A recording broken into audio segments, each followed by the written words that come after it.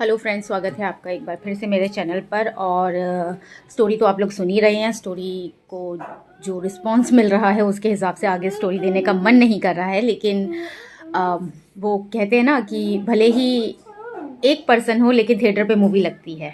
भले ही वहाँ पर पूरा थिएटर खाली हो, लेकिन अगर एक इंसान है तो उसके लिए भी मूवी प्ले होती है, क्योंकि वो भी दर्शक होता है। तो उसी हिसाब से एक रीडर्स भी है, एक लिसनर्स भी है, तो उसके लिए भी स्टोरी पोस्ट हो रही है।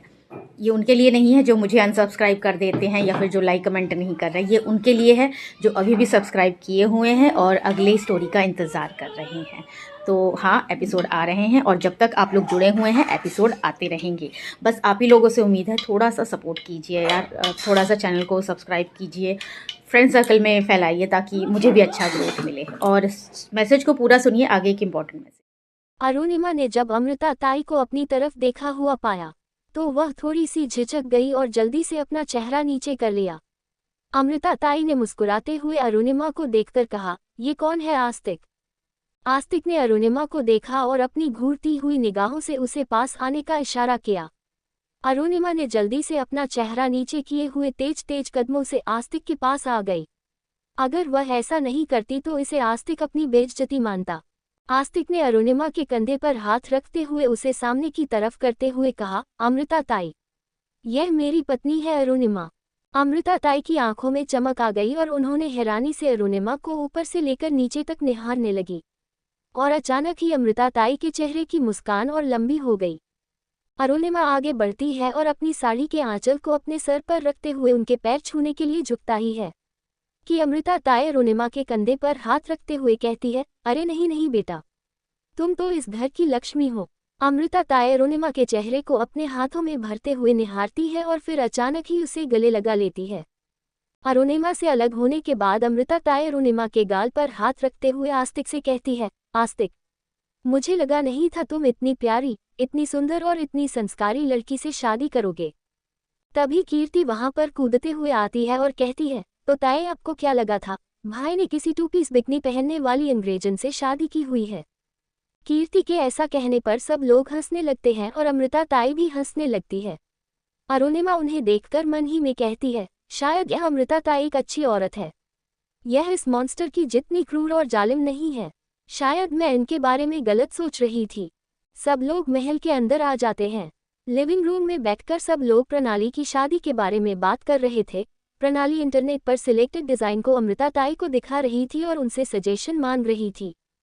पृथ्वी और आस्तिक भी वहीं बैठे हुए थे। तभी पृथ्वी का फोन बजता है। पृथ्वी देखता है कि यह रॉयल गेस्ट हाउस के सर्वेंट का फोन है। तभी पृथ्वी को याद आता है कि कल रात वह जानवी को रॉयल गेस्ट हाउस ले गया था। पृथ्वी अपनी जगह से खड़ा होते हुए कहता है, अच्छा मुझे अब चलना चाहिए, मुझे एक केस पर काम करना है। आस्तिक कहता है, अपने हॉस्पिटल फोन करके कह दो कि तुम आज नहीं आ सकते हो। अमृता ताई इतने दिनों बाद आई है, ऐसे में तुम्हें घर पर होना चाहिए ना। लेकिन अमृता ताई आस्तिक के हाथ पर अपना हाथ रखते हुए ना में सर हिलाती है और कहती है, नहीं आस्तिक, उसका काम ज्यादा जरूरी है। मत भूलो कि डॉक्टर को हम इंसानों ने भगवान का दर्जा दिया हुआ है। पृथ्वी तुम जाओ और मैं कौन सा यहाँ से कुछ ही देर में चली जाऊंगी। प्रणाली की शादी तक मैं यहीं पर हूँ, आराम से मिलके बातें होती रहेगी। पृथ्वी हाँ में सर हिलता है और वहां से जल्दी से बाहर चला जाता है। अरुणिमा सोफे से थोड़ी दूर खड़ी थी। एक सेवक ने आके अरुणिमा से पूछा कि अभी उसे अमृता ताई के लिए क्या नाश्ता बनाना है, तो अरुणिमा ने जल्दी से कहा कि नाश्ता वह खुद अपने हाथों से बनाएगी। वह सेवक वहां से चला जाता है। उसके जाते ही अरुणिमा को अपनी कमर पर एक हाथ महसूस होता है और उसकी कमर पर ठंडक का एहसास होता है। हालांकि अरुणिमा इस स्पर्श को पहचानती है। अरुणिमा अपना चेहरा घुमा कर देखती है तो आस्तिक डेविल स्माइल के साथ वहां पर खड़ा था। उसने अरुणिमा को देखते हुए कहा, लकी गर्ल की अमृता ताई को तुम पसंद आई, वरना तुम सोच भी नहीं सकती थी मैं तुम्हारा क्या हाल करता, तुम्हें जीते जी नरक दिखा देता। अरुणिमा ने अपने भावहीन चेहरे के साथ आस्तिक को देखते हुए कहा, क्या मैं नरक देख नहीं रही हूँ? आस्तिक के चेहरे की डेविल स्माइल और गहरी हो गई और उसने अरुणिमा की कमर पर अपने हाथों की पकड़ मजबूत करते हुए कहा, जो तुमने देखा है वह तो बस ट्रेलर है, पिक्चर अभी बाकी है। आस्तिक की पकड़ इतनी तेज थी कि अरुणिमा की कराह निकल गई। अरुणिमा की आंखों से आंसू आने लगे थे कि तभी उन्हें अमृता ताई की आवाज आई, जिसने अरुणिमा को देखते हुए कहा, अरुणिमा, यहाँ आओ, मेरे पास आकर बैठो। अमृता ताई की आवाज पर आस्तिक ने अरुणिमा की कमर को छोड़ दिया और अरुणिमा जल्दी से वहां से अमृता ताई के पास चली गई। अमृता ताई ने अरुणिमा से कहा, बेटा मैं बहुत थक गई हूँ, मुझे मेरे कमरे तक ले चलोगी? अरुणिमा जल्दी से हाँ में सर हिलती है और अमृता ताई को सोफे से खड़ा करने में मदद करती है। आस्तिक उनके पास आता है और कहता है, मुझे कुछ समय के लिए ऑफिस जाना पड़ रहा है, एक इम्पॉर्टेंट काम आ गया है, पर मैं डिनर से पहले ही वापस आ जाऊंगा। अमृता ताई ने हाँ में सर हिलाया और अरुणिमा धीरे धीरे अमृता ताई को लेकर उनके कमरे की तरफ जाने लगी। अपने कमरे में पहुंचकर अमृता ताई ने जब वह कमर देखा तो उनके चेहरे पर मुस्कान आ गई। उन्होंने अरुणिमा को देखकर कहा, मेरा कमरा तुमने तैयार किया है? अरुणिमा ने एक मुस्कान के साथ हाँ में सर हिलाया। अमृता ताई ने मुस्कुराते हुए अरुणिमा के सर पर हाथ फेरते हुए कहा, अरे वाह, मतलब तुम सिर्फ संस्कारी और खूबसूरत ही नहीं हो, बल्कि होनहार भी हो। सच में अरुणिमा, मैं बहुत खुश हूँ कि तुम मेरे आस्तिक की जिंदगी में आए हो। मेरा आस्तिक बहुत नसीब वाला है जो उसे तुम जैसी जीवन साथी मिली है। अरुणिमा हैरानी से अमृता ताई को देखते हैं और कहती है, लेकिन यहाँ तो सब कहते हैं कि मुझे एहसानमंद होना चाहिए कि राजा साहब ने मुझे अपनी पत्नी के रूप में चुना है। अरुणिमा के ये कहते ही अमृता ताई हंसने लगती है और उन्हें हंसता देखकर अरुणिमा हैरान रह जाती है। अमृता ताई हंसते हुए सोफे पर बैठती है और कहती है, ये कैसी बातें कर रही हो? कौन कहता है ये प्रणाली? ना, मुझे पता है ये सारे शब्द इस लड़की के हो सकते हैं, पर अरुणिमा तुम प्रणाली के शब्दों को दिल से मत लगाया करो। वह लड़की बचपन से ही ऐसी है, मैंने उसे पाला है, मुझसे बेहतर उसे और कौन ही जानता है। और हाँ, जहाँ तक बात रही आस्तिक और तुम्हारे साथ होने की, तो आस्तिक को पत्नी के रूप में कोई भी मिल सकती थी। उसके पास लड़कियों की कमी नहीं थी, यहाँ तक कि कई बड़े बड़े राजघराने के रिश्ते आए आस्तिक के लिए, पर फिर भी उसने जब शादी की तो तुमसे की, क्योंकि तुम उसका भाग्य हो। पत्नी पति का भाग्य होती है और पत्नी का वैभव भी पति की कामयाबी का कारण बनता है। तुम्हें पता है, मुझे पहले ऐसा लगता था कि अगर आस्तिक किसी लड़की से शादी करेगा तो मैं उसे बस इस राज्य की रानी के रूप में देखूंगी, लेकिन जब मैंने पहली बार तुम्हें देखा ना, तो मेरी यह सोच गलत साबित हो गई, क्योंकि मैं तुम्हें यहाँ की रानी के रूप में पहचान नहीं पाई। तुम तो मुझे सिर्फ आस्तिक की पत्नी के रूप में दिखाई दे रही हो, वरना कोई और लड़की होती तो इस समय सोने से लदी होती। उसे तो साज सिंगार से फुर्सत ही नहीं मिलती, तो वह घर गृहस्थी पर क्या ध्यान देती। पर तुम्हें देखो, सादगी में भी खूबसूरत हो। ऐसा कहते हुए अमृता ताई ने अरुणिमा का हाथ पकड़ लिया था, तभी उन्होंने अरुणिमा के कलाई पर जख्म के निशान देखे और यह देखकर वह चौंक गई। उन्होंने अरुणिमा को देखकर कहा, ये क्या हुआ? अरुणिमा, तुम्हारे हाथ पर यह जख्म कैसा? तुम्हें चोट लगी है क्या? अरुणिमा ने जल्दी से अपने हाथ खींच लिए और अपने हाथ को आंचल में छुपाते हुए कहने लगी, अरे नहीं अमृता ताई, ये तो बस खाना बनाते हुए लग गया था, आपको इसके लिए परेशान होने की जरूरत नहीं है, छोटी सी चोट है, लगती रहती है। अरुणिमा सोफे से खड़े होते हुए कहती है, अच्छा अब आप आराम कीजिए, सफर से आए हैं, थक गई होंगी, मैं तब तक जल्दी से जाकर आपके लिए कुछ खाने को भिजवा देती हूँ और मुझे रात का भी तो खाना बनाना है। अमृता ताई हैरानी से कहती है, रात का खाना तुम बनाओगी? अरुणिमा को आस्तिक की धमकी अच्छे से याद थी, इसलिए उसने जल्दी से हाँ में सर हिलाते हुए कहा, जी वो इन्हें मेरे हाथ का ही खाना पसंद है, इसीलिए जब इनके लिए बनाती हूँ तो सबके लिए बना देती हूँ। अमृता ताई की मुस्कान और गहरी हो गई और उन्होंने कहा, देखो कितनी अच्छी बात है, घर में इतने सारे नौकर के होते हुए भी मुझे मेरी बहू के हाथ का खाना नसीब होगा। अरुणिमा वहां से चली जाती है और अमृता ताई अपना सामान समेटने लगती है और अपने मन में ये सोचने लगती है कि अरुणिमा कितनी अच्छी लड़की है, घर संभालती है, आस्तिक को संभालती है और वह एक सर्वगुण संपन्न महिला के रूप में अरुणिमा को देख रही थी। पर उन्हें क्या पता था कि यह सब करना अरुणिमा की मर्जी नहीं थी, बल्कि यह तो आस्तिक के ऑर्डर हैं। वहीं दूसरी तरफ रॉयल गेस्ट हाउस में पृथ्वी की गाड़ी जैसे ही गेस्ट हाउस के सामने आकर रुकती है, अंदर से एक तेज धमाके की आवाज आती है। पृथ्वी हैरान रह जाता है, वह जल्दी से गाड़ी से बाहर निकलता है और गेस्ट हाउस के अंदर जाता है। अंदर जाकर उसकी आंखें और हैरानी से बड़ी हो जाती है, क्योंकि वहां पर सारे सर्वेंट और सेवक एक तरफ डर के मारे छुपे हुए थे। पृथ्वी देखता है गेस्ट रूम से बहुत ज्यादा आवाज आ रही थी। सर्वेंट जब पृथ्वी को वहां देखते हैं तो कहते हैं, छोटे साहब अंदर मत जाना। पृथ्वी हैरानी से उन्हें देखकर कहता है, आप लोग ऐसे चुप क्यों रहे हैं? क्या हो रहा है यहाँ पर? तभी वह लड़की जिसे पृथ्वी ने कल रात जानवी की देखभाल के लिए रखा था, वह जल्दी से पर्दे के पीछे से निकल कर आती है और कहती है, छोटे मालिक, ये कौन सी बला लेकर आए हैं आप? जब से जागी है तब से तोड़फोड़ मचा रखा है। पृथ्वी उसकी बात सुनकर और हैरान रह जाता है। तभी अंदर से एक जोरदार कांच के टूटने की आवाज आती है। वह लड़की अपना सर पीटते हुए कहती है, नया ड्रेसिंग टेबल था, तोड़ दिया। पृथ्वी एक गहरी सांस छोड़ता है और गेस्ट रूम की तरफ अपने कदम बढ़ाने लगता है, पर तभी सारे सेवक उसे रोकते हुए कहते हैं, छोटे मालिक, अंदर जाए मत छोटे मलिक, वो लड़की पागल है, कुछ भी उठकर मार देती है, मत जाए छोटी मलिक, आपको चोट लग जाएगी। पर पृथ्वी सारी बातों को इग्नोर करता हुआ धीरे धीरे गेस्ट रूम तक पहुंचता है। अंदर से अब कोई आवाज नहीं आ रही थी। पृथ्वी धीरे से गेस्ट रूम का दरवाजा खोलता है और अंदर चला जाता है। पृथ्वी देखता है कल तक एंटीक चीजों से सजा हुआ ये गेस्ट रूम इस समय किसी कबाड़ से काम नहीं लग रहा है।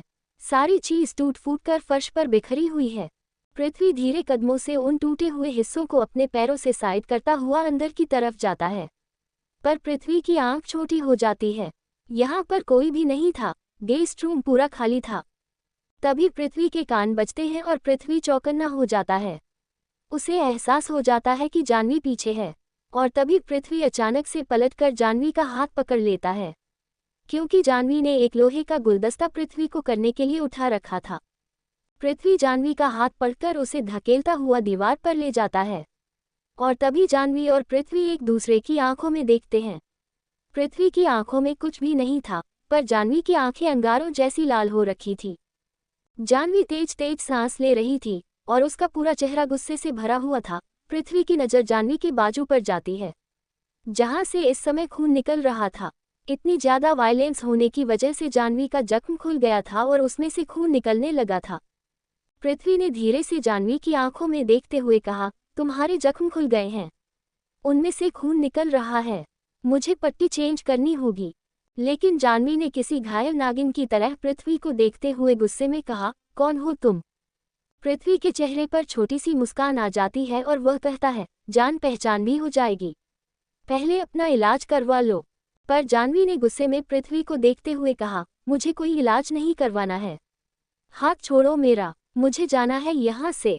लेकिन पृथ्वी ने जानवी का हाथ नहीं छोड़ा, बल्कि उसके हाथ पर अपनी पकड़ और मजबूत करते हुए कहा, चली जाना, मुझे भी तुम्हारे साथ घर नहीं बसाना है, लेकिन पहले तुम्हारे हाथों की पट्टी चेंज होगी, उसके बाद तुम कुछ खाओगी और उसके बाद अपनी मेडिसिन लो, फिर तुम्हें जहाँ जाना है शौक से चली जाना। जानवी ने दांत पीसते हुए गुस्से में कहा, मुझे तुम्हारी कोई मदद नहीं चाहिए, छोड़ो मुझे अभी और इसी वक्त यहाँ से जाना है। पर पृथ्वी जानवी का हाथ पकड़ते हुए उसे बाहर खींचने लगता है और कहता है, ये तो मुमकिन नहीं है, मैंने कहा ना, तुम्हारी पट्टी चेंज होगी, तुम कुछ खाओगी, अपनी दवाएं लोगी, रेस्ट करोगी, उसके बाद तुम्हें जहाँ जाना है जा सकती हो, उससे पहले तुम इस गेस्ट हाउस से बाहर अपने कदम भी नहीं रख सकती हो। जानवी बहुत कोशिश करती है पृथ्वी के हाथ से अपना हाथ छुड़ाने की, और एक झटके के साथ वह अपना हाथ खींच लेती है और गुस्से में पृथ्वी को देखते हुए कहती है, तुम हो कौन मुझ पर इस तरीके से हुक्म चलाने वाले? पृथ्वी मुस्कुराते हुए जानवी को देखकर कहता है, वैसे तो मुझे बहुत सारे लोग बहुत अलग अलग नाम से पुकारते हैं, तुम चाहो तो हैंडसम बुला सकती हो, और अगर तुम चाहो तो मुझे स्वीट हार्ट भी कह सकती हो, डोंट वरी, मुझे बुरा नहीं लगेगा। पृथ्वी यह कहता हुआ अपने चेहरे पर एक नॉटी स्माइल लेता हुआ लिविंग रूम की तरफ आता है, लेकिन तभी उसके कदम रुक जाते हैं, क्योंकि पीछे से जानवी ने चिल्लाते हुए कहा, मुझे पता है तुमने मुझे यहाँ पर क्यों बंद करके रखा हुआ है, एक रात की कितनी कीमत दी हुई तुमने मेरी। पृथ्वी के कदम रुक गए जानवी की बात सुनकर, और उसकी आंखें छोटी हो गई। उसने अपना चेहरा घुमाकर जानवी को देखा, जो गुस्से में उसे घूर रही थी। पृथ्वी धीमे कदमों से जानवी के पास आता है और उसके सामने आकर खड़ा हो जाता है। जानवी अभी भी पृथ्वी की आंखों में ही देख रही थी। पृथ्वी ने जानवी को देखते हुए अपने चेहरे पर एक छोटी सी मुस्कान ली और जानवी से कहा, कीमत तुम्हारी। उसके बाद पृथ्वी जानवी को ऊपर से लेकर नीचे तक निहारने लगा। जानवी इस समय रात के उस अजीबो गरीब घाघरा चोली में नहीं थी, बल्कि उसने एक ढीली ढाली सी शर्ट पहनी हुई थी और नीचे फुल लेंथ का प्लाजो पहना हुआ था। ये कपड़े जानवी के साइज से थोड़े बड़े थे, लेकिन फिर भी वह इसमें बहुत प्यारी लग रही थी। पृथ्वी मुस्कुराते हुए जानवी को देखता है और कहता है, वैसे अगर तुम्हारी कोई कीमत होती तो मुझे लगता है कि वह बहुत ज़्यादा ही होती है, क्योंकि तुम्हारी तो कोई कीमत लगा ही नहीं सकता है, क्योंकि तुम बेशकीमती हो। पृथ्वी के ऐसा बोलते ही जानवी का चेहरा, जो अभी तक गुस्से से भड़का हुआ था, वह अचानक से शांत हो गया और उसकी आंखें हैरान रह गई।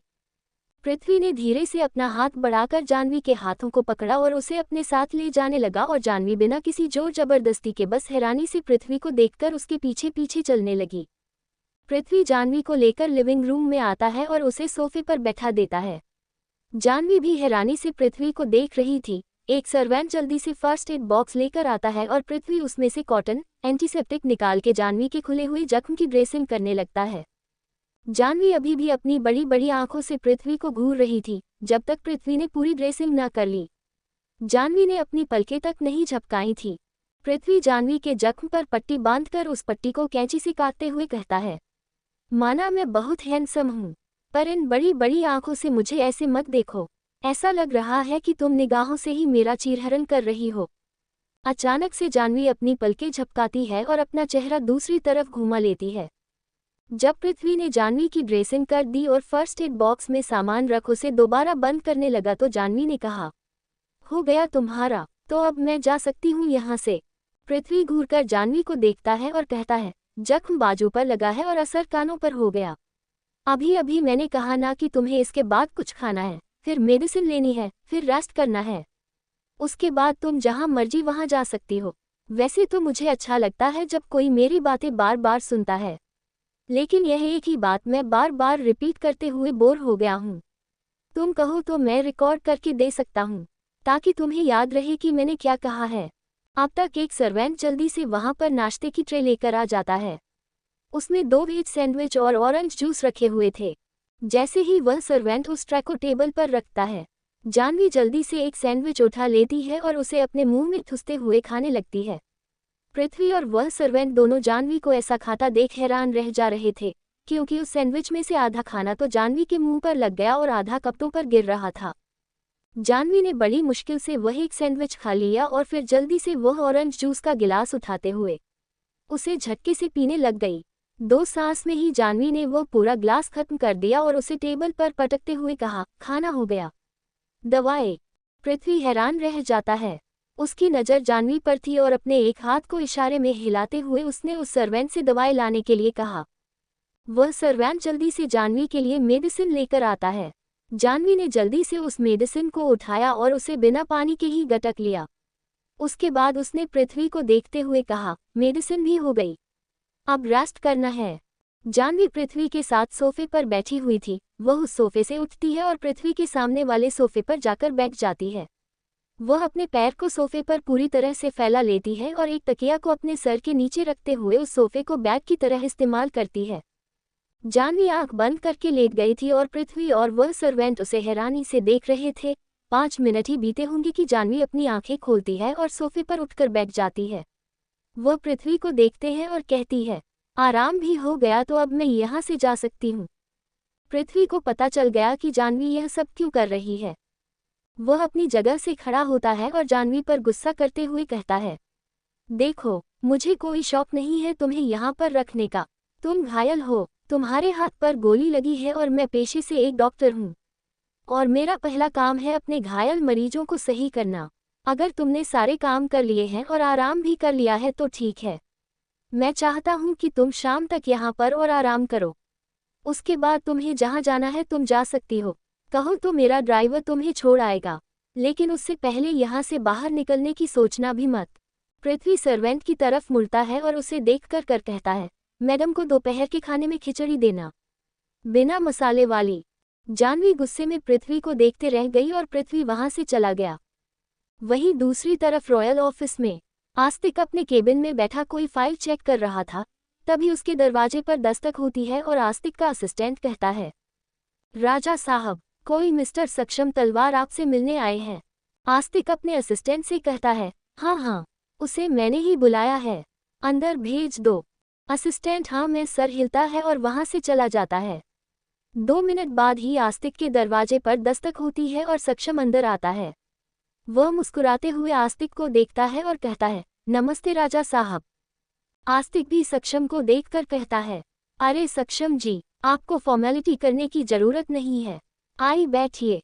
सक्षम आस्तिक के सामने वाली चेयर पर बैठ जाता है और अपने साथ लाई अपनी प्रोजेक्ट की फाइल आस्तिक को देते हुए कहता है, यह मेरी कंपनी का प्रोजेक्ट है, आप इसे एक बार देख लीजिए।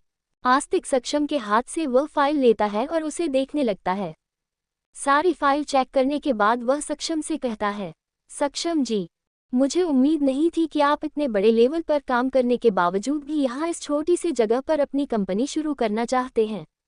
वैसे तो आपको कोई भी बड़ा ठेकेदार अपने अंदर काम करने के लिए कह सकता है, लेकिन मैं इतना बेवकूफ़ नहीं हूँ जो इतने अच्छे मौके को हाथ से जाने दूँ। मैं आपको यहाँ पर कंपनी खोलने की परमिशन देता हूँ। कल तक परमिशन लेटर और कॉन्ट्रैक्ट पेपर दोनों आप तक पहुँच जाएंगे।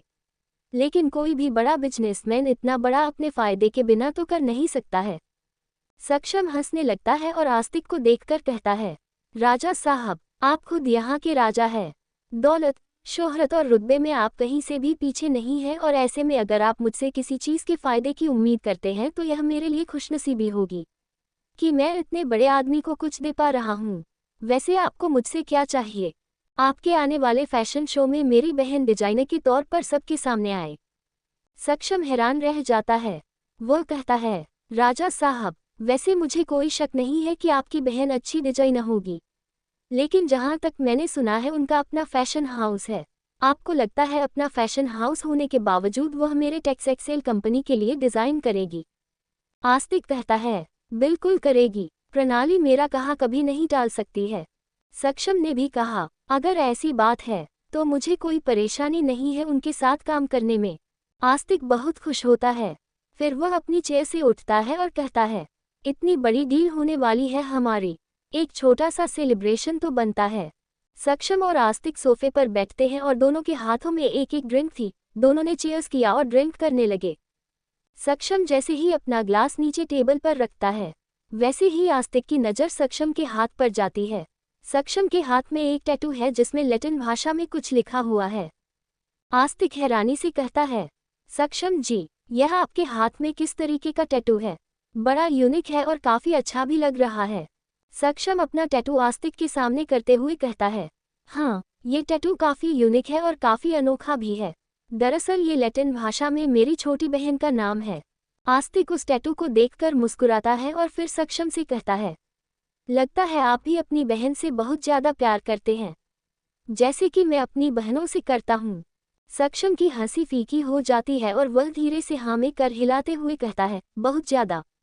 आस्तिक कहता है, हाँ तो कभी लेकर आए अपनी बहन को, मेरी बहनें उनसे मिलकर बहुत खुश होगी, और अब तो आप हमारी फैमिली मेंबर जैसे ही हो गए हैं। सक्षम के चेहरे पर जो मुस्कान थी वह धीरे धीरे फीकी पड़ने लगती है और वह आस्तिक से कहता है, काश ऐसा हो सकता राजा साहब, काश सच में मैं इस इनविटेशन पर अपनी बहन को आपके घर ला सकता। आस्तिक हैरानी से पूछता है, क्यों नहीं ला सकते हैं आप अपनी बहन को हमारे घर? सक्षम ने बोतल उठाकर उस गिलास में और ड्रिंक डालते हुए कहा, क्योंकि मुझे नहीं पता मेरी बहन कहाँ पर है।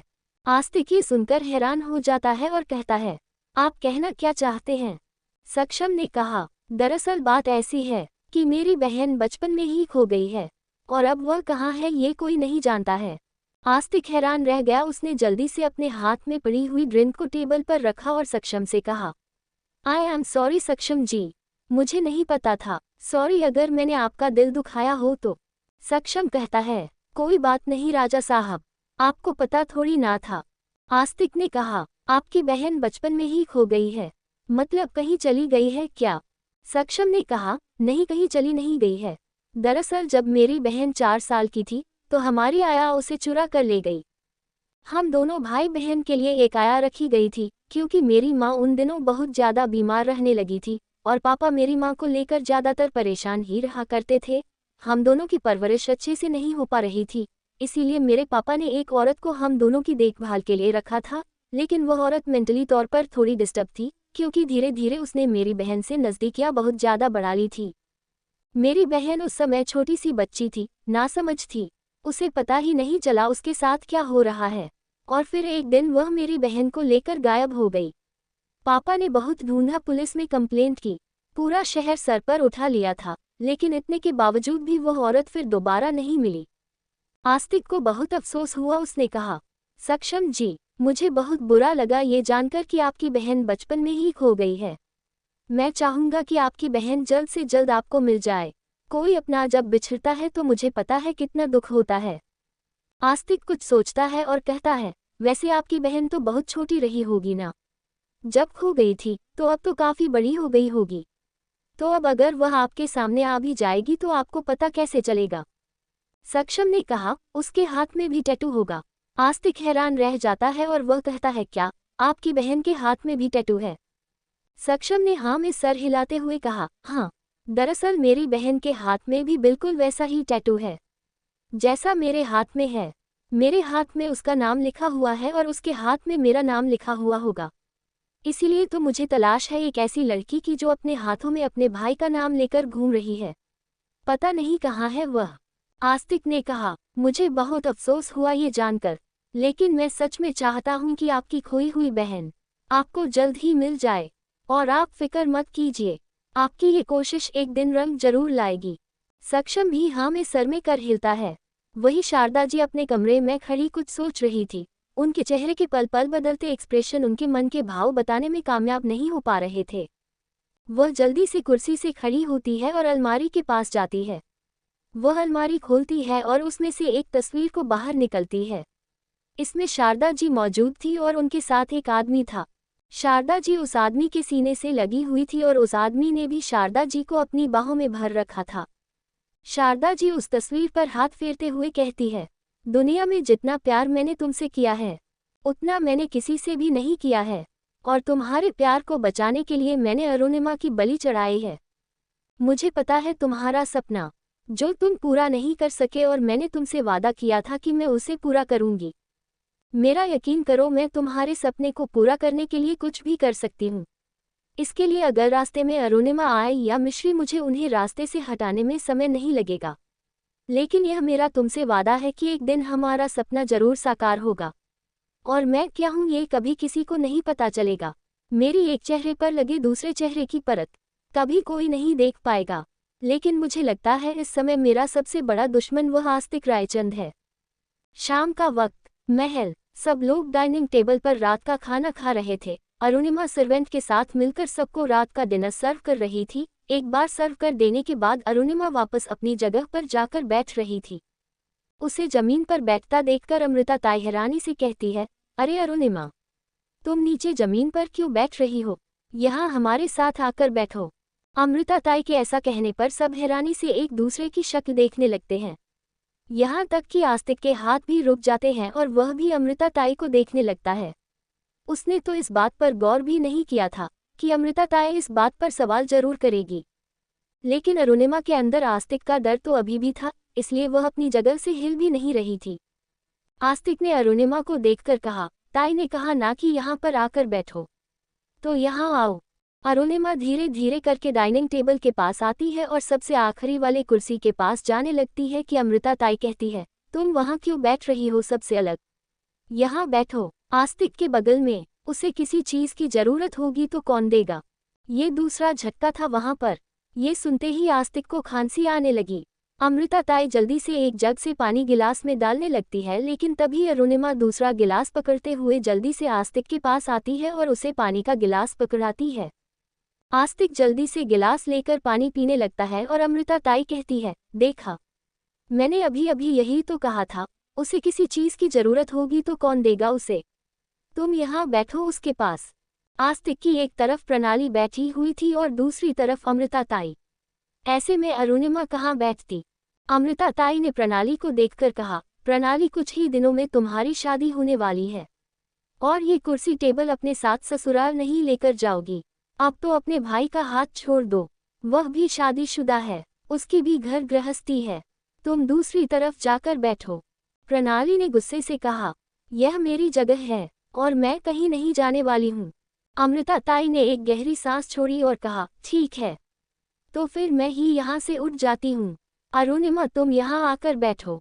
ऐसा कहते हुए अमृता ताई अपनी जगह से उठ ही रही थी कि आस्तिक ने अमृता ताई का हाथ पकड़ के उन्हें वापस बिठाते हुए कहा, प्रणाली। प्रणाली समझ गई कि आस्तिक उसे वहां से उठने के लिए कह रहा है। प्रणाली ने गुस्से से कहा, भाई यह मेरी जगह है।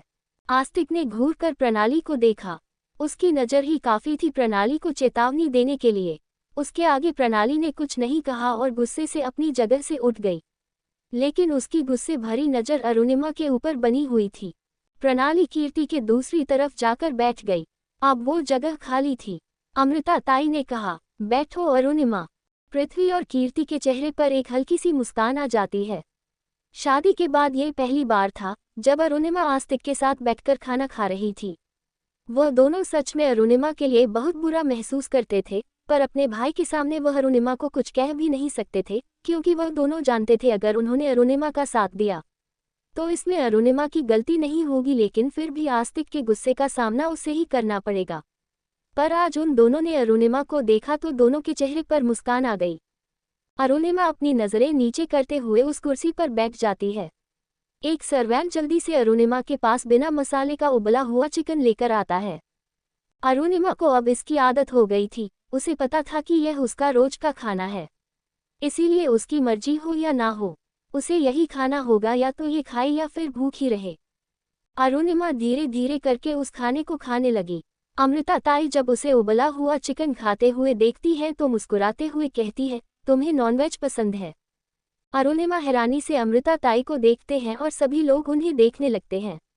अमृता ताई कहती है, नहीं नहीं, मैं तो बस इसीलिए कह रही थी क्योंकि आस्तिक को और इन सब में से किसी को भी नॉनवेज पसंद नहीं है। यहाँ तक कि आस्तिक तो घर में नॉनवेज बनाने के भी खिलाफ है। तुम्हें खाता देखा तो इसलिए पूछ लिया। अरुणिमा अपना चेहरा नीचे झुका लेती है। क्या ही जवाब दे वह इस बात का कि उसे भी नॉनवेज पसंद नहीं है। वह तो प्योर वेजिटेरियन है, लेकिन आस्तिक के कहने पर उसे जबरदस्ती इसे खाना पड़ रहा है। यह अलग बात है कि है तो ये भी वेज, लेकिन इसकी बनावट तो बिल्कुल नॉनवेज जैसी ही है। आस्तिक ने इस बात को कवर करते हुए कहा, वह तय बात ऐसी है ना कि अरुणिमा को नॉनवेज खाना पसंद है तो उसने शादी से पहले ही कह दिया था कि शादी के बाद वह नॉनवेज खाएगी, तो मैंने भी इसके लिए कोई ऑब्जेक्शन नहीं किया। अब हम हर किसी के लिए अपनी पसंद तो नहीं बदल सकते ना। अमृता ताई हाँ में सर हिलती है और कहती है, सही बात है, अगर उसे खाना पसंद है तो कोई बात नहीं, वह खा सकती है, लेकिन सिर्फ उबला हुआ चिकन, वह भी बिना मसाले के साथ तुम कैसे खा ले रही हो। आस्तिक जल्दी से कहता है, वह उसे अपनी हेल्थ की बहुत फिक्र रहती है कि ज़्यादा मसाले खाएगी तो उसकी हेल्थ इफेक्ट करेगी। अमृता ताई हंसने लगती है और अपना हाथ बढ़ाकर एक सब्जी का बाउल उठाते हुए कहती है, तुम आजकल के बच्चे भी ना पता नहीं क्या क्या करते रहते हो अपने हेल्थ को सही रखने के लिए। और उसके बाद वह एक बड़े चम्मच से अरुणिमा के सामने एक पूरा कटोरा भरकर सब्जी रखते हुए कहती है, मुझे नहीं पता कि नॉनवेज कितना हेल्दी होता है या कितना नहीं, लेकिन सब्जियां बहुत हेल्दी होती है और यह खाओ, इसमें तो बीन्स भी है, यह जरूर तुम्हारी हेल्थ को सही रखेगा। जरा देखो, खुद को हेल्दी रहने के चक्कर में सूखकर कांटा हो रही हो। उसके बाद अमृता एक सर्वेंट को बुलाते हुए कहती है, सुनो, आज से लेकर जब तक मैं यहाँ हूँ, खाने में क्या बनेगा क्या नहीं यह मैं डिसाइड करूँगी, और अरुणिमा के लिए तो मैं खास सब्जियों का ही सूप बनाऊंगी। देखो तो कैसी दुबली पतली सी है, अगर ऐसी ही रहेगी तो कल को बच्चा कैसे करेगी। बच्चे का नाम सुनते ही आस्तिक को फिर से खांसी आने लगती है और वह हैरान नजरों से अमृता ताई को देखकर खांसने लगता है। हैरान तो अरुणिमा भी हुई थी, अचानक से बच्चे का जिक्र होते ही वह चौंक गई थी। आस्तिक धीरे से पानी का गिलास उठाकर उसे पीने लगता है। अरुणिमा ताई कहती है, तुम्हें बड़ी खांसी आ रही है। अरुणिमा अभी भी अपनी प्लेट को लेकर बैठी हुई थी, वह खा ही नहीं रही थी। अमृता ताई ने जब ये देखा तो पूछा, क्या हुआ, तुम्हें पसंद नहीं है क्या, तुम खा क्यों नहीं रही हो। अरुणिमा क्या ही बोलती, सब्जियां तो उसकी फेवरेट थी और जो उसकी प्लेट में रखी गई थी ये तो उसकी सबसे ज्यादा मनपसंद सब्जी थी। उसका बस चलता तो वह पूरी कढ़ाई भरकर इसे खा सकती थी, लेकिन आस्तिक ने अपना खौफ कुछ इस तरीके से बनाया था कि अरुणिमा अपना हाथ भी नहीं दिला पा रही थी। आस्तिक को पता चल गया था कि अरुणिमा के ना खाने की वजह क्या है। एक तरह से तो उसे इस बात की खुशी भी थी कि उसकी कठपुतली उसके इशारों पर ही नाचती है, लेकिन वह अमृता ताई के सामने की जाहिर नहीं करना चाहता था, इसीलिए उसने धीरे से अरुणिमा को देखते हुए कहा, अरुणिमा खाना खाओ। ताई ने कितने प्यार से तुम्हें परोसा है ना, खाना खाओ। माना तुम्हें सब्जियां पसंद नहीं है, लेकिन ताई के लिए, उनका मन रखने के लिए तो खा ही सकती हो। अरुणिमा हैरानी से राजा साहब को देखते हैं तो आस्तिक अपनी तीखी निगाहों से उसे खाना खाने का इशारा करता है। अरुणिमा का मन खुशी से भर गया था। उसने जल्दी से सब्जी की कटोरी उठाई और उसे जल्दी जल्दी करके खाने लगी। इतने दिनों बाद सब्जी का स्वाद मुंह को लगने के बाद अरुणिमा का मन नाचने को कर रहा था। आज इतने दिनों बाद वह अपनी फेवरेट सब्जी खा रही थी। उसने पूरी कटोरी सब्जी 2 मिनट में ही खत्म कर दी और फिर वह अमृता ताई को देखकर कहती है, और ले लूं। आस्तिक और बाकी सब हैरान रह जाते हैं। अमृता ताई मुस्कुराते हुए कहती है, हाँ हाँ, बहुत सारी है। आस्तिक के हाथ कस रहे थे, लेकिन अमृता ताई के सामने वह कुछ नहीं कर पाया। थोड़ी देर में सबका डिनर खत्म हो गया और सब अपनी कुर्सी से उठने लगे। तभी पृथ्वी का फोन बजता है। पृथ्वी देखता है गेस्ट हाउस से फोन है। वह कस के अपनी आंखें बंद कर लेता है और अपने मन में कहता है, लगता है इस लड़की ने फिर से कुछ कर दिया है। पृथ्वी सबको देखकर कहता है, भाई मैं थोड़ी देर में आता हूँ। आस्तिक हैरानी से उसे देखकर कहता है, कहाँ जा रहे हो? रात काफी हो गई है, कहीं जाने की जरूरत नहीं है। पृथ्वी ने कहा, भाई थोड़ा अर्जेंट है, थोड़ी देर में वापस आ जाऊंगा। अमृता ताई कहती है, जाने दो आस्तिक, माना तुम अपने भाई से बहुत प्यार करते हो, पर उसकी भी तो अपनी जिंदगी है, दोस्तों से मिलना होगा। जाओ पृथ्वी, पर जल्दी आना। पृथ्वी हाँ में सर हिलता है और जल्दी से वहां से निकल जाता है। अमृता ताई आस्तिक को देखकर कहती है, तुम्हारे भाई बहन अब छोटे नहीं है, बड़े हो गए हैं। हर बात पर रोक टोक अब अच्छी नहीं लगती है। अमृता ताई आस्तिक को देखती है और फिर अरुणिमा को देखती है, जो एक सर्वेंट के साथ सबकी झूठी प्लेट उठा रही थी। अमृता ताई आस्तिक को देखकर कहती है, आस्तिक स्टडी रूम में आओ, मुझे तुमसे कुछ जरूरी बात करनी है। आस्तिक अपनी जगह से उठता है और अरुणिमा को एक नज़र देखकर स्टडी रूम की तरफ चला जाता है। वहीं दूसरी तरफ पृथ्वी जब गेस्ट हाउस पहुंचता है तो देखता है कि सभी सर्वेंट गेस्ट रूम के बाहर खड़े हैं। पृथ्वी नामे कर हिलता है और गेस्ट रूम के अंदर चला जाता है। अंदर जाते ही उसकी आंखें हैरानी से बड़ी हो जाती है, क्योंकि जानवी भी अपना पैर पकड़कर जोर जोर से कराह रही थी और एक फीमेल सर्वेंट उसके पैर पर आइस पैक लगा रही थी। जानवी का पूरा चेहरा दर्द से लाल हो रहा था और उसका पैर बुरी तरह से सुजा हुआ था। पृथ्वी को पहचानने में समय नहीं लगा कि जानवी को क्या हुआ है। वह जल्दी से उसके पास आता है और उसे देखते हुए कहता है, क्या हुआ तुम्हें? ये तुम्हारे पैर में इतनी सूजन कैसे आ रखी है? तुम्हें चोट कैसी लगी? वह सर्वेंट जो आइस पैक लगा रही थी, वह अपनी जगह से खड़ी हो जाती है और पृथ्वी वहां बैठ जाता है और धीरे धीरे जानवी के पैरों को उंगलियों से टच करते हुए देखने लगता है कि उसके पैर में आखिर हुआ क्या है। जानवी कुछ कह नहीं रही थी, बल्कि अपना पैर पकड़कर बस जोर जोर से चिल्लाई जा रही थी। एक सर्वेंट ने कहा, छोटे साहब, मैडम दीवार कूदकर भागने की कोशिश कर रही थी, लेकिन दूसरी तरफ से बैलेंस नहीं बन पाए और जमीन पर बुरी तरह से गिर गई, जिसकी वजह से उनके पैर में सूजन आ गई है। पृथ्वी पहले तो ये सुनकर बहुत गुस्सा होता है, फिर जानवी का पैर चेक करते हुए कहता है, सूजन नहीं आई हुई है, पैर फ्रैक्चर हुआ है। ये सुनकर सब हैरान रह जाते हैं और जानवी भी चौंक जाती है। आधे घंटे बाद जानवी भी बेड पर लेटी हुई थी और उसके पैर पर प्लास्टर बना हुआ था। वह अपने दोनों हाथ बंधे हुए गुस्से में पृथ्वी को देख रही थी, तो पृथ्वी ने उसे देखते हुए कहा, मुझे ऐसे गुस्से में मत देखो। किसने कहा था तुम्हें दीवार कूदने के लिए? बंदर हो क्या? आने जाने के लिए दरवाजा है यहाँ पर। जानवी कुछ नहीं कहती है, बस अपनी बड़ी बड़ी आंखों से पृथ्वी को घूर रही थी। पृथ्वी ने कुछ सोचते हुए कहा, 1 मिनट, तुम 10 फुट की दीवार कूदकर जा रही थी, दिमाग खराब हो गया है क्या तुम्हारा? पहले से ही पागल हो या कुछ खा लिया था? जानवी ने गुस्से में पृथ्वी को देखते हुए कहा, तुमने कहा था ना कि मैं शाम तक यहाँ से जा सकती हूँ, तो फिर इन लोगों ने मुझे शाम को जाने क्यों नहीं दिया? जब मैं यहाँ से जा रही थी तो उन लोगों ने मुझे रोक दिया और बाहर जाने नहीं दिया, तो और मैं क्या करती? पृथ्वी ने कस के अपनी आंखें बंद कर ली और अपना गुस्सा कंट्रोल करते हुए जानवी को देखकर कहता है, उन लोगों ने तुम्हें इसीलिए नहीं जाने दिया क्योंकि मैंने उनसे कहा था कि तुम्हें आज रात को यहीं पर रोके। मैं चेक करना चाहता था कि तुम्हारी जख्म अब ठीक है या नहीं। मुझे पता है जितनी केयरलेस तुम दिख रही हो ना, तुम यहाँ से जाने के बाद भी अपने जख्मों पर फिर से पट्टी नहीं बदलती। इसलिए मैंने सोचा कि एक बार जख्मों की ठीक से ड्रेसिंग कर दूंगा, उसके बाद मैं खुद तुम्हें बस स्टैंड छोड़ कर आऊँगा। पर मुझे क्या पता था मेरे आने से पहले ही तुम ये करके बैठोगे। जानवी कुछ नहीं कहती है और अपना चेहरा दूसरी तरफ फेर लेती है।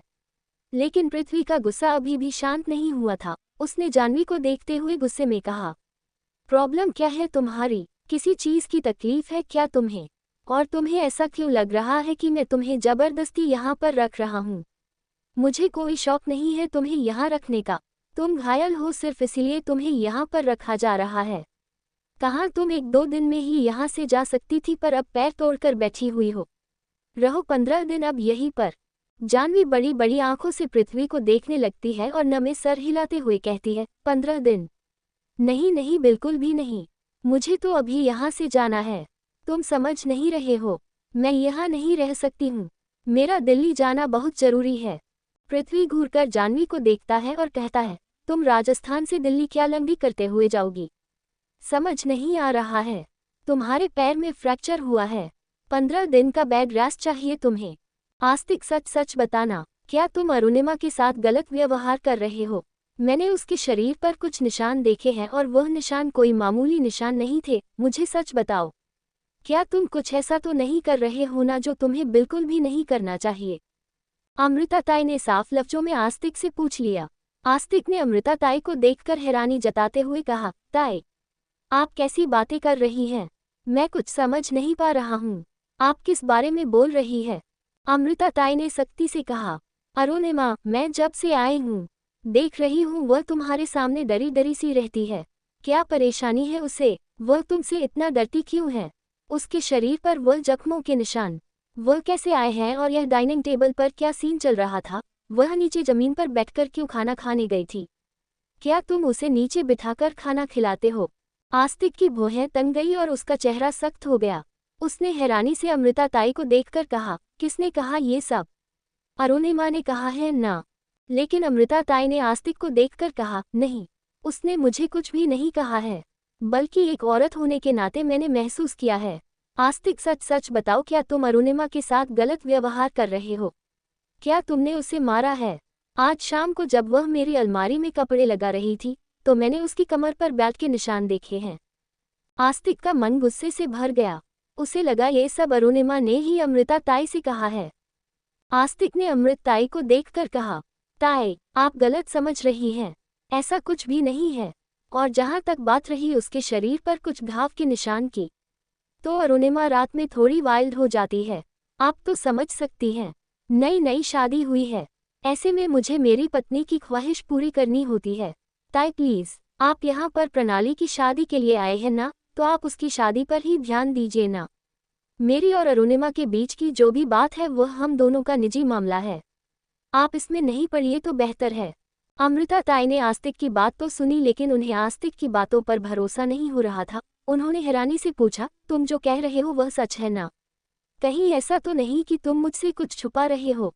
देखो आस्तिक, जहाँ तक मैंने अरुणिमा को देखकर जाना है, मुझे यह महसूस होता है कि वह लड़की बहुत मासूम है। प्लीज उसे चोट मत पहुंचाओ। अगर वह टूट गई तो तुम उसे समेट नहीं पाओगे। आस्तिक के हाथ गुस्से से कसे हुए थे। उसने अपने मन में गुस्से से कहा, वह कितनी मासूम है ये तो मैं अच्छी तरह से जानता हूँ। मर्दों को फंसाने में अपनी इसी मासूमियत का इस्तेमाल करती है वो। और मेरे मना करने के बाद भी उसने अमृता ताई से ये सब कहने की हिम्मत की। लगता है उसके पर निकल आए हैं। बहुत दिन हो गए हैं, इसीलिए शायद भूल गई है अपनी औकात। लगता है उसे याद दिलाना पड़ेगा। कोई बात नहीं, आज रात उसे अच्छी तरह से याद दिलाऊंगा कि उसकी असली जगह क्या है। उसने अमृता ताई को मेरे खिलाफ भड़काने की कोशिश की है। आस्तिक ने अमृत ताई की तरफ देखते हुए कहा, ताई, आप फालतू में इतना स्ट्रेस ले रही है, ऐसी कोई बात नहीं है। अरुणिमा और मेरे बीच सब कुछ ठीक है, और अगर हमें किसी बात की परेशानी होगी तो आपको क्या लगता है अरुणिमा अब तक शांत बैठी रहती? उसका परिवार इसी शहर में रहता है। अब तक क्या वह कोई एक्शन नहीं लेते इसके लिए? वो लोग तो पार्टी वाली रात भी यहाँ पर आए थे, तभी तो अरुणिमा उनके साथ बहुत अच्छे से पेश आ रही थी। पता नहीं आपको ये गलतफहमी कैसे हो गई है। मुझे लगता है आप सफ़र से आए हैं, इसलिए कुछ ज़्यादा ही सोच रही हैं। आप अपने कमरे में जाए आराम कीजिए, हम कल बात करेंगे। अमृता ताई इसके आगे कोई सवाल नहीं करती है। हालांकि उन्हें शक जरूर हुआ था, लेकिन आस्तिक जब सामने से खुद ये कह रहा है तो उन्होंने पति पत्नी के बीच ज़्यादा बोलना सही नहीं समझा। वह आराम से उठती है और अपने कमरे की तरफ बढ़ जाती है, और आस्तिक बस इंतजार कर रहा था अमृता ताई के उनके कमरे तक पहुंचने का। उसके बाद वह सीधे अपने कमरे की तरफ बढ़ गया।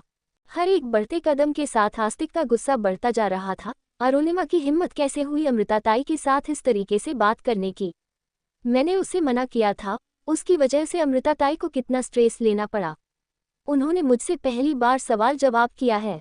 वहीं दूसरी तरफ आस्तिक के कमरे में अरुणिमा आराम से फर्श पर लेटी हुई थी, इस बात से अनजान कि कौन सा खतरा उसकी तरफ आ रहा है। अरुणिमा को अमृता ताई का स्वभाव बहुत ही अच्छा लगा। उन्हें वह एक नर्म दिल महिला दिखाई दी। कुछ ही देर में अरुणिमा अमृता ताई से काफी ज्यादा अटैच हो गई थी और अरुणिमा को यही लगा कि अमृता ताई उसे आस्तिक के अत्याचारों से बचा लेगी। तभी अचानक से कमरे का दरवाजा एक झटके के साथ खुलता है और तुरंत ही आस्तिक अंदर आते हुए उस दरवाजे को बंद कर देता है। अचानक से हुए इस शोर से अरुणिमा चौंक जाती है और उठकर बैठ जाती है। आस्तिक का गुस्से भरा चेहरा अरुणिमा देख पा रही थी। आस्तिक तेज कदमों से अरुणिमा के पास आता है और अरुणिमा डर से कांपने लगती है। आस्तिक उसके पास आता है और एक झटके में उसके बालों को पकड़ लेता है और अरुणिमा की एक तेज चीज निकल जाती है। आस्तिक ने गुस्से में अरुणिमा को देखते हुए कहा, क्या कहा तुमने अमृता ताई से? तुम्हारी इतनी हिम्मत कि तुम अमृता ताई को मेरे खिलाफ भड़का सको। मेरे मना करने के बाद भी तुमने उन्हें परेशान किया। तुम्हारी वजह से उन्हें स्ट्रेस हुआ। तुम्हारी वजह से उन्होंने मुझसे सवाल जवाब किए हैं। अरुणिमा का पूरा चेहरा डर से भर गया था। वह डर से कांपने लगी थी। उसकी हिम्मत ही नहीं हो रही थी कि अपना मुंह खोलकर आस्तिक को इस बात की सफाई दे सके कि उसने ऐसा कुछ भी नहीं किया है। आस्तिक ने अरुणिमा के बालों को पकड़ते हुए उसे जमीन से खड़ा किया और बेड पर पटक दिया। अरुणिमा बेड पर बैठ जाती है और अपने दोनों हाथ जोड़ते हुए आस्तिक से कहती है, मैंने कुछ भी नहीं किया।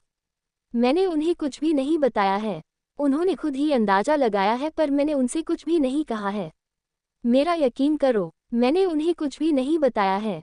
अरुणिमा ने पहले भी कई बार आस्तिक से इसी तरीके से मिन्नतें की है, लेकिन मॉन्स्टर पर मिन्नतों का असर कब से होने लगा। आज आस्तिक फिर से एक मॉन्स्टर बन गया था। बंद दरवाजे के पीछे क्या हो रहा था, क्या नहीं, ये तो सिर्फ या तो आस्तिक जानता था या फिर अरुणिमा। वैसे एक तरह से सिर्फ अरुणिमा ही जानती थी, क्योंकि मॉन्स्टर बनने के बाद आस्तिक अपने सोचने समझने की शक्ति खो देता था। Royal guest house. जानवी अपने फ्रैक्चर लिए पैर के साथ बेड पर लेटी हुई थी और उसके दोनों हाथ को क्रॉस करके सिर्फ यही सोच रही थी कि वह यहाँ से निकले कैसे।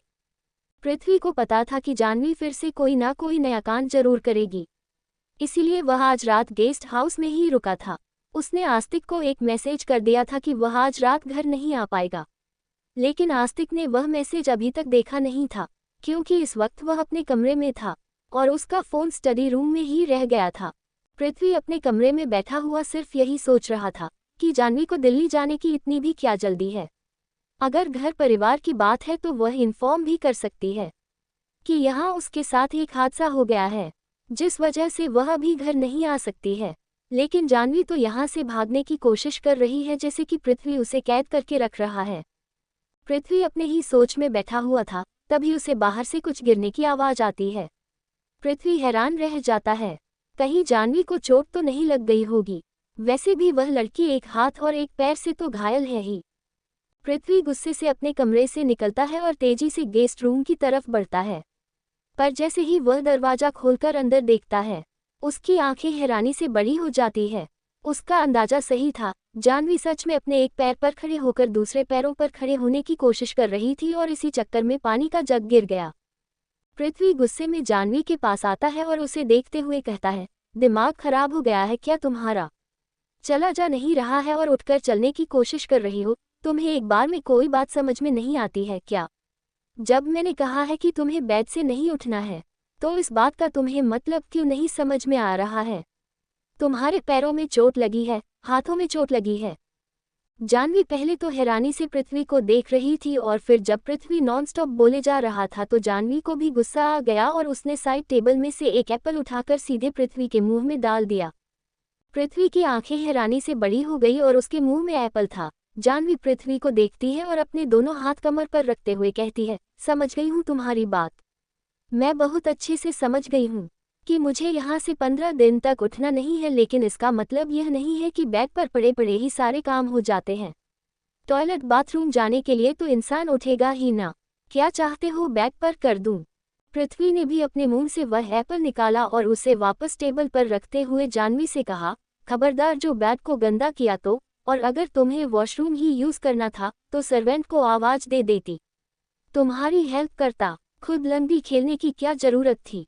जानवी ने अपने चेहरे पर एक नकली मुस्कान ली और अपना एक हाथ बढ़ाकर पृथ्वी की ठुड्डी पर रखा और उसका चेहरा घुमाते हुए उसे घड़ी में देखने का इशारा किया। पृथ्वी देखता है रात में घड़ी के 12 बजे बज रहे हैं। वह हैरानी से जानवी को देखने लगता है तो जानवी कहती है, तुम्हारा काम होगा चौकीदारों वाला, रात में उल्लू की तरह जागकर करने के लिए, पर बाकी दुनिया जो मेहनत करती है ना वह रात में चैन से सोती है। तुम्हें क्या लगता है इतनी रात को तुम्हारी सर्वेंट क्या तुम्हारा ऑर्डर का इंतजार कर रहे होंगे? अब तक सो नहीं गए होंगे। पृथ्वी को गुस्सा बहुत आ रहा था, लेकिन वह इस लड़की से क्या ही बहस करता। पृथ्वी ने कहा, अच्छा ठीक है, चलो मैं तुम्हें वॉशरूम ले चलता हूँ। जानवी की आंखें हैरानी से बड़ी हो गई तो पृथ्वी ने कहा। जानवी का रिएक्शन देखकर पृथ्वी समझ गया कि जानवी क्या सोच रही होगी। उसने नामे कर हिलाते हुए कहा, इतना हैरान होने की जरूरत नहीं है तुम्हें। मैं पेशे से एक डॉक्टर हूँ और मैंने बहुत से मरीजों को बहुत तरीके से देखा है। तुम्हारे पास कुछ भी ऐसा खास नहीं है जो मुझे देखना पड़े। जानवी का मुंह खुला का खुला रह जाता है। वह गुस्से में पृथ्वी को उंगली दिखाते हुए कहती है, कहीं तुमने मेरे कपड़े सर्वेंट ने बदले हैं। पृथ्वी ने जानवी के दिमाग में पल रहे इस खुराफात को पहले शब्द के साथ ही नकार दिया। जानवी अभी भी बड़ी बड़ी आंखों से पृथ्वी को देख रही थी, तो पृथ्वी वॉशरूम की तरफ जाते हुए कहता है, मैंने कहा ना, तुम्हारे पास ऐसा कुछ भी नहीं है जिसके लिए मुझे ये सब करना पड़े। पृथ्वी ने वॉशरूम का दरवाजा खोल दिया और धीरे से जानवी के पास आता है। वह जानवी को कंधे से सपोर्ट देता हुआ उसे धीरे धीरे करके वॉशरूम की तरफ लाने लगता है। अंदर ले जाकर जानवी को वॉश बेसिन के पास खड़ा करता है और उसे कहता है, पानी यहाँ से ऑन होगा। और उसके बाद पृथ्वी वॉशरूम से बाहर आ जाता है। जानवी बस हैरान नजरों से पृथ्वी को देखे जा रही थी और पृथ्वी वहां से चला गया। उसके जाने के बाद जानवी ने वॉशरूम यूज किया और दोबारा से वॉश बेसिन के पास खड़े होते हुए कहती है, अंदर आ जाओ। पृथ्वी अंदर आता है और जानवी को धीरे धीरे करके बाहर लाता है। वह बेड के पास लाकर जानवी को बेड पर बिठाता है और कहता है, अपने पैर और दिमाग पर ज्यादा जोर मत देना। पृथ्वी जानवी के कमरे से जा चुका था और जानवी हैरानी से पृथ्वी को जाते हुए देख रही थी। अब तक की सारी घटनाएं जानवी एक एक करके याद करने लगती है। उसे पृथ्वी का बिहेवियर कहीं से भी ऐसा नहीं लग रहा था जिससे उसे खतरा महसूस हो सके। अब तक पृथ्वी ने उसके साथ अच्छे से ही बिहेव किया था, लेकिन फिर भी जानवी के मन में कुछ बातें चल रही थी। इसके बारे में वह कल डिटेल में बात करेगी। अगले दिन सुबह पृथ्वी अपने कमरे से निकलकर बाहर हाल में आता है। उसकी आंखें छोटी हो जाती है। जानवी पहले ही हाल में बैठी हुई थी। पृथ्वी उसके पास आते हुए कहता है, तुम अपने कमरे से बाहर कैसे आई? तभी एक सर्वेंट वहां आते हुए कहती है, छोटे साहब, मैं लेकर आई हूँ। दीदी ने सुबह मुझे कहा था कि वह अपने कमरे में नहीं रहना चाहती है तो मैं उन्हें हाल में ले आई। सर्वेंट कॉफी की ट्रे वही टेबल पर रखकर चली जाती है। पृथ्वी जानवी के सामने बैठकर एक कॉफी का मग उठा लेता है और जानवी एक कॉफी का मग उठा लेती है। जानवी एक कॉफी का सिप लेते हुए पृथ्वी से कहती है, आपका नाम क्या है? पृथ्वी, जो कि कॉफी पीने ही वाला था, इस सवाल के साथ चौंकते हुए पूछता है, क्या कहा तुमने? जानवी ने अपनी बड़ी बड़ी आंखों से पृथ्वी को देखते हुए कहा, नाम क्या है आपका? पृथ्वी ने अपने रुबिले अंदाज में कहा, डॉक्टर पृथ्वी रायचंद। जानवी ने अपना कॉफी का कप टेबल पर रखते हुए अपने दोनों हाथ बांधे और पृथ्वी को देखकर कहा, पृथ्वी जी, हमें एक फोन करना है। Royal office. आस्तिक अपने केबिन में बैठा हुआ था, लेकिन वह काफी परेशान था। कल रात उसने जैसा व्यवहार अरुणिमा के साथ किया था, उसके बाद से ही वह खुद को दोषी महसूस कर रहा था। आस्तिक अपने एक हाथ से अपने सर को मसलते हुआ कहता है, यह क्या था? क्या बन गया था मैं कल रात? वह मैं नहीं था, वह कोई मॉन्स्टर था जो मेरे अंदर हावी हो गया था। मैंने कल रात लगभग उसे मार ही दिया था। वह 3 बार बेहोश हुई थी, मेरी आंखों के सामने तड़प रही थी, लेकिन फिर भी मुझ पर कोई असर नहीं हुआ। ऐसा कैसे हो सकता है? मैं उसके लिए इतना क्रूर कैसे हो गया? क्या यह मेरी गलती थी? आस्तिक को अपने किए पर अफसोस हो रहा था। उसके अंदर एक गिल्ट की भावना जाग रहा थी। सुबह जब आस्तिक उठा तो अरुणिमा लगभग उसे अधमरी हालत में जमीन पर पड़ी मिली, बिना कपड़ों की, सिर्फ सांस ही लेती हुई जिंदा लाश की तरह। आस्तिक अरुणिमा को इस हालत में देख नहीं पाया। उसने पहले भी अरुणिमा के साथ बुरा व्यवहार किया था, लेकिन तब कम से कम अरुणिमा इस हालत में तो थी कि उठकर चल सकती थी, लेकिन कल रात तो उसकी ऐसी दुर्दशा हुई थी कि आज आस्तिक खुद उससे नजरें नहीं मिला पा रहा था। इसीलिए किसी के उठने से पहले ही आस्तिक महल से निकलकर रॉयल ऑफिस आ गया था। वह परेशानी से अपने केबिन में बैठा हुआ अपने ही आत्मग्लानि से गिरा हुआ था और खुद से ही सवाल कर रहा था, क्या मैंने गलत किया है? तभी आस्तिक के मॉन्स्टर मन ने उससे कहा, नहीं, बिल्कुल भी नहीं। उसने अमृता ताई को तेरे खिलाफ भड़काने की कोशिश की है। उसे सजा मिलनी ही चाहिए थी। तूने उसके साथ कभी गलत नहीं किया है, बल्कि गलत तो तेरे साथ हुआ है। उसके बदले उसे जो भी सजा मिल रही है वह बहुत कम है। जरा सोच तुझे क्या क्या सजा मिल रही थी। जरा सोच तेरी बहनों ने भी तो ये सब दिन देखे हैं। आज जब तू उसे तड़पता हुआ देख रहा है तो तुझे अफसोस हो रहा है। उस दिन कहाँ था तेरा अफसोस, जब तेरी खुद की बहनें अपनी जान की भीख मांग रही थी? अचानक से यह सारी बातें याद आते ही आस्तिक का मन फिर से गुस्से से भर गया और उसके चेहरे पर गुस्सा पसरने लगा। उसने जोर से टेबल पर अपना हाथ मारा। सामने आस्तिक का असिस्टेंट खड़ा था। आस्तिक के इस व्यवहार से वह डर कर 2 कदम पीछे हो जाता है और कहता है, राजा साहब, कोई परेशानी है क्या? आस्तिक अपने असिस्टेंट को गुस्से में देखता है और कहता है, तुम यहाँ क्या कर रहे हो? आस्तिक के असिस्टेंट ने कहा, आप ही ने बुलाया था। आपको प्रेस की ओरिजिनल पेपर चाहिए थे ना? उसके लिए ही तो आपने मुझे यहाँ बुलाया था। ये रहे पेपर्स। शारदा जी के प्रेस के ओरिजिनल पेपर्स आस्तिक के पास थे और ये देखकर उसके चेहरे की स्माइल और ज्यादा गहरी हो गई। उसने उस पेपर्स को लिया और ड्रावर में रखते हुए कहा कि पेपर नहीं है, बल्कि सोने के पिंजरे में कैद चिड़िया है। असिस्टेंट ने कहा, मैं कुछ समझा नहीं राजा साहब, आप क्या कह रहे हैं? आस्तिक अपने असिस्टेंट को देखता है और कहता है, तुम्हें कुछ समझने की जरूरत भी नहीं है। तभी आस्तिक के दरवाजे पर दस्तक होती है। आस्तिक अंदर आने के लिए कहता है तो पियून दरवाजा खोलकर कहता है, राजा साहब, कोई शारदा मेहरा आपसे मिलना चाहती है।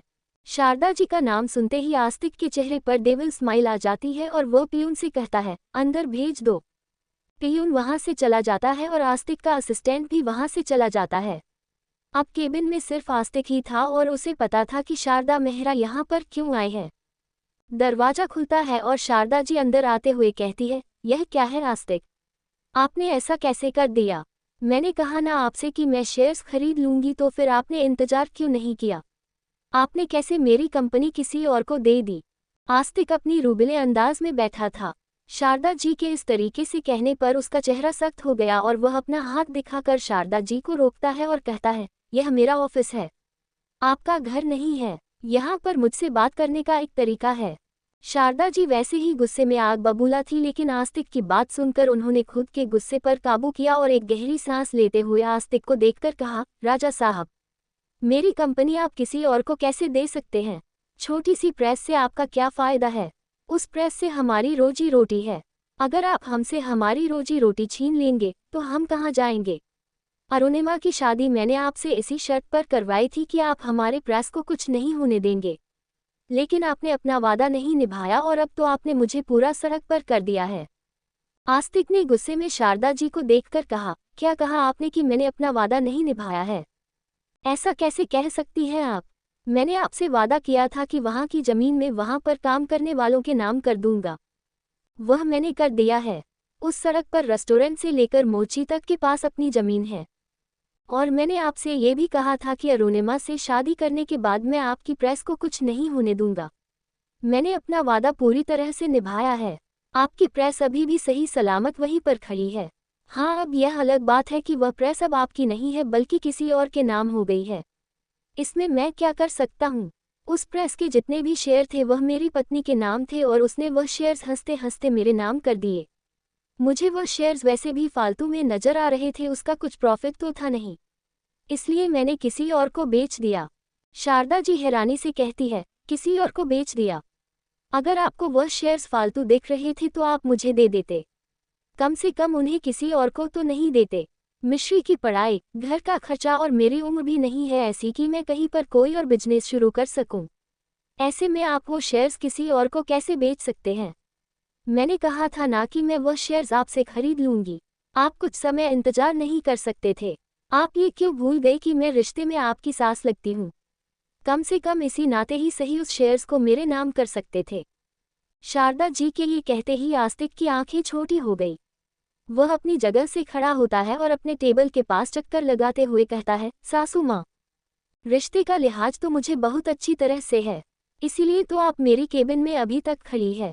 मुझसे इस जुबान में बात करने वालों को जमीन के कितने अंदर गधा दिया जाता है, वह तो मैं भी नहीं जानता हूँ। और जहाँ तक बात रही मिश्री की पढ़ाई की, तो मुझे याद है मिश्री उस स्कूल में पढ़ती है जहाँ का ट्रस्टी मैं हूँ। डोंट वरी, मैं प्रिंसिपल से बात कर लूँगा। लेकिन अगर आपके पास करने के लिए कोई काम नहीं है और आप मेरे पास नौकरी की तलाश में आए हैं, तो मैं बता देता हूँ आपकी ऐसी उम्र नहीं है कि आप यहाँ पर कोई काम कर सके। लेकिन फिर भी आपकी माली हालत को देखते हुए मेरे पास एक सफाई वाले की ज़रूरत है। शारदा जी हैरानी से आस्तिक को देखने लगती है। मतलब उसे यकीन नहीं था कि आस्तिक उसे ये भी कह सकता है। शारदा जी ने हैरानी से आस्तिक से कहा, राजा साहब, कैसी बातें कर रहे हैं आप? मैं आपकी सास हूँ और मैं आपके ऑफिस में सफाई का काम करूँगी। आस्तिक के चेहरे पर एक डेविल स्माइल आती है और वह कहता है, कोई भी काम छोटा या बड़ा नहीं होता है और डोंट वरी, मैं आपको ये काम फ्री में करने के लिए नहीं कह रहा हूँ। इसकी बाकायदा कीमत दूंगा, और वह भी इतनी अच्छी कीमत दूंगा कि आपको दूसरी नौकरी ढूंढने की ज़रूरत ही नहीं पड़ेगी। वरना मेरी पहुंच तो इतनी है कि मैं चाहूँ तो आप चाहकर भी कहीं नौकरी नहीं कर सकती हैं। वैसे भी इस काम में क्या बुराई है, आप मेहनत से काम करके पैसे कमाएंगी। इसके अलावा एक और ऑप्शन भी है मेरे पास, आप चाहे तो कहीं पर बारगल का काम कर सकती हैं, नाचकर लोगों का मनोरंजन कर सकती हैं। शारदा जी बिल्कुल ब्लैंक हो गई थी। वह शून्य भाव से सिर्फ आस्तिक को देखे जा रही थी। उनके कानों में सिर्फ एक ही शब्द गूंज रहे थे, बारगल। शारदा जी हैरानी से आस्तिक को देखते हैं और घबराए हुए आवाज में कहती है, क्या कहा तुमने, बारगल? आस्तिक खुद हैरान नजरों से शारदा जी को देखता है और कहता है, क्या कहा मैंने? बारगल कहा मैंने? सॉरी, शायद गलती से कह दिया होगा। इस उम्र में आपके नाचने के पैसे कौन ही देगा?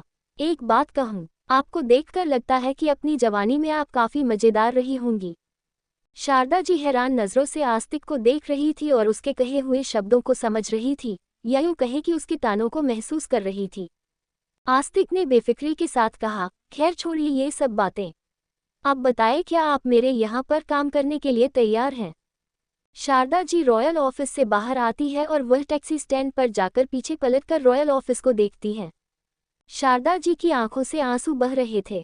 उन्होंने अपने एक हाथ से अपने आंसुओं को पोंछा और गुस्से में उस कंपनी को देखकर कहा, आस्तिक रायचंद, तुमने मुझसे मेरा सब कुछ छीन लिया है।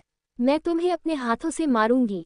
अगर मेरी मजबूरी ना होती तो मैं तुम्हारे यहाँ पर नौकरी करने के लिए कभी हाँ नहीं करती। मुझे पता है कि तुम कौन हो और मुझसे किस बात का बदला ले रहे हो, पर देखना मैं कैसे तुम्हारे इन इरादों को बर्बाद करती हूँ और साथ में मैं तुम्हें भी बर्बाद करती हूँ। दूसरी तरफ आस्तिक अपने ऑफिस में बैठा पागलों की तरह हंस रहा था, जैसे कि उसने कोई कोहिनूर हासिल कर लिया था। वह हंसता हुआ अपनी कुर्सी पर बैठता है और कहता है, शारदा मेहरा, तुम नहीं जानती हो, तुमने मेरे यहाँ पर नौकरी करने का फैसला करके मुझे कितनी बड़ी खुशी दी है। यहाँ से शुरू होता है मेरा प्लान बी। अब से तुम हर रोज वह बेइज्जती महसूस करोगी जो तुम्हें यह एहसास दिलाएगा कि असल में बेइज्जती होती क्या है। अगर मैंने तुम्हें नरक ना दिखा दिया ना, तो मेरा नाम भी आस्तिक रायचंद नहीं। तभी टेबल पर पड़ा आस्तिक का फोन बजता है। आस्तिक अपना फोन उठाकर देखता है तो उसके खास आदमी का फोन था। आस्तिक फोन उठाकर कहता है, कुछ पता चला? सामने से कोई कुछ कहता है और आस्तिक का पूरा चेहरा गुस्से में चमक उठता है। वह गुस्से में अपनी चेयर से उठता है और अपना कोट लेते हुए कहता है, उसे अड्डे पर पहुंचाओ, मैं वही आता हूँ। दूसरी तरफ रॉयल गेस्ट हाउस, जानवी अपने कमरे में बैठी हुई थी और उसके हाथ में एक फ़ोन था। सुबह जब उसने पृथ्वी से कहा कि उसे एक कॉल करनी है तो पृथ्वी ने उसे एक फ़ोन लाकर दिया था। जानवी फ़ोन में नंबर डायल करती है और अपने कान से लगाती है। 2 रिंग के बाद ही कोई फ़ोन उठाता है और सामने से आवाज़ आती है, कौन बोल रहा है? जानवी कहती है, मैडम, मैं जानवी बोल रही हूँ। सामने से कोई महिला थी जो गुस्से में जानवी से कहती है, जानवी, तुम अब फ़ोन कर रही हो, तुमसे कहा था ना मैंने कि जल्द से जल्द पैसों का इंतजाम करो। देखो अगर तुमने जल्द से जल्द पैसों का इंतजाम नहीं किया तो हमें तुम्हारी माँ को यहाँ से बाहर निकालना होगा। तभी जानवी कहती है, नहीं मैडम, आप मेरी माँ को अस्पताल से बाहर मत निकालिएगा, मैं जल्दी पैसे लेकर आपके पास आ जाऊंगी। प्लीज़ मुझे थोड़ी सी मोहलत दे दीजिए। दरअसल मैं जहाँ पर काम के सिलसिले में आई थी वहाँ मेरा एक छोटा सा एक्सीडेंट हो गया है, इसलिए मैं वापस नहीं आ पाई। पर प्लीज़ मेरी माँ का इलाज जारी रखिए। मैं जल्द से जल्द वहाँ आती हूँ और आपके सारे पैसे चुका दूंगी। सामने से वह औरत गुस्से में कहती है, यह क्या खैरती अस्पताल है जहाँ पर तुम्हारी माँ का मुफ्त में इलाज होगा? यहाँ पर हर चीज़ की कीमत होती है। तुमने तो अभी तक पिछला पैसा ही नहीं दिया है। देखो चुपचाप से सारे पैसे दे दो, वरना अपनी माँ को यहाँ से उठाकर किसी सरकारी अस्पताल में भर्ती कर दो। जानवी कुछ कहने ही वाली थी कि तभी उसके हाथ से फ़ोन किसी ने छीन लिया। जानवी हैरानी से सामने देखती है तो सामने पृथ्वी था। पृथ्वी फ़ोन अपने कान पर लगाते हुए कहता है, कौन सा हॉस्पिटल है ये? जानवी हैरानी से पृथ्वी को देखती है और कहती है, यह क्या कर रहे हो? मेरा फ़ोन वापस करो, मुझे बात करनी है। लेकिन पृथ्वी जानवी का हाथ पकड़ लेता है और सख्ती से कहता है, मैंने पूछा कौन सा हॉस्पिटल है ये? सामने से वह औरत कहती है, आप कौन बोल रहे हैं? पृथ्वी सख्ती से कहता है, डॉक्टर पृथ्वी रायचंद, कार्डियोलॉजिस्ट स्पेशलिस्ट और न्यूरोलॉजिस्ट सर्जन। अब तुम बताओ तुम्हारे हॉस्पिटल का नाम क्या है? सामने से पृथ्वी की डिग्रियों के नाम सुनकर उस औरत की हालत खराब हो गई। वह जल्दी से कहती है, डॉक्टर साहब, ये सविताबाई हॉस्पिटल है रोहतक में। पृथ्वी कहता है, ठीक है, अगले आधे घंटे में तुम्हारे पास इस अस्पताल के डीन की कॉल आएगी। पृथ्वी यह बोलकर फ़ोन काट देता है और फ़ोन में कुछ टेक्स्ट मैसेज ऑन करके जानवी के सामने करता है और कहता है, तुम्हारी माँ कौन से वार्ड में है और उनका किस चीज़ का इलाज चल रहा है, ये सारी डिटेल्स मुझे इसमें लिख कर दे दो। जानवी एक नज़र पृथ्वी को देखती है और फिर धीरे से अपना चेहरा नीचे कर लेती है। पृथ्वी हैरानी से जानवी को देखकर कहता है, क्या हुआ? जानवी धीरे से अपना चेहरा उठाकर पृथ्वी को देखती है तो पृथ्वी हैरान रह जाता है। जानवी की आंखों में आंसू थे। जानवी ने पृथ्वी से कहा, मैं आपसे कोई एहसान नहीं लेना चाहती हूँ। अगर आपको सच में मेरे लिए कुछ करना है तो मेरे दिल्ली जाने का इंतजाम कर दीजिए। वहाँ मेरी माँ को मेरी ज़रूरत है। तो फ्रेंड्स, जैसे आपको ये चैनल पसंद आ रहा है स्टोरी का और ये कहानी पसंद आ रही है, तो इसी से रिलेटेड एक और चैनल है, वो भी मेरा ही चैनल है। बस फ़िलहाल के लिए वो थोड़े टाइम के लिए रुक गया था, लेकिन अब मैंने उस पर दोबारा से स्टोरी पोस्ट करना शुरू किया है। मैंने उसका लिंक डिस्क्रिप्शन में दे रखा है। मैं आपसे रिक्वेस्ट करूँगी कि आप लोग उस चैनल को भी जाके सब्सक्राइब कीजिए। वहाँ पर मेरी न्यू स्टोरी अग्नि प्रतिज्ञा के 2 एपिसोड पोस्ट हो चुके हैं। मैं आपको बता दूँ, अगर आप लोग सॉफ्ट रोमांस, स्लो रोमांस और फील के साथ रोमांस को अनुभव करना चाहते हैं तो आप लोग अग्नि प्रतिज्ञा ज़रूर सुनिए। उसमें कोई वॉयलेंस नहीं है, कोई किडनैपिंग नहीं है, कोई टॉर्चर नहीं है। 3 लोगों की ज़िंदगियां जो आपस में उलझी हुई हैं, अग्नि, प्रतिज्ञा और निशा, बस उनके ऊपर कहानी है, उनके इर्द गिर्द कहानी है कि जहां इंसान अपने आप से कुछ करने की कोशिश करता है तो वहीं किस्मत उसे कुछ और दिखाती है। तो ऐसी ही है अग्नि प्रतिज्ञा की कहानी, आप लोग ज़रूर उसे सुनिए।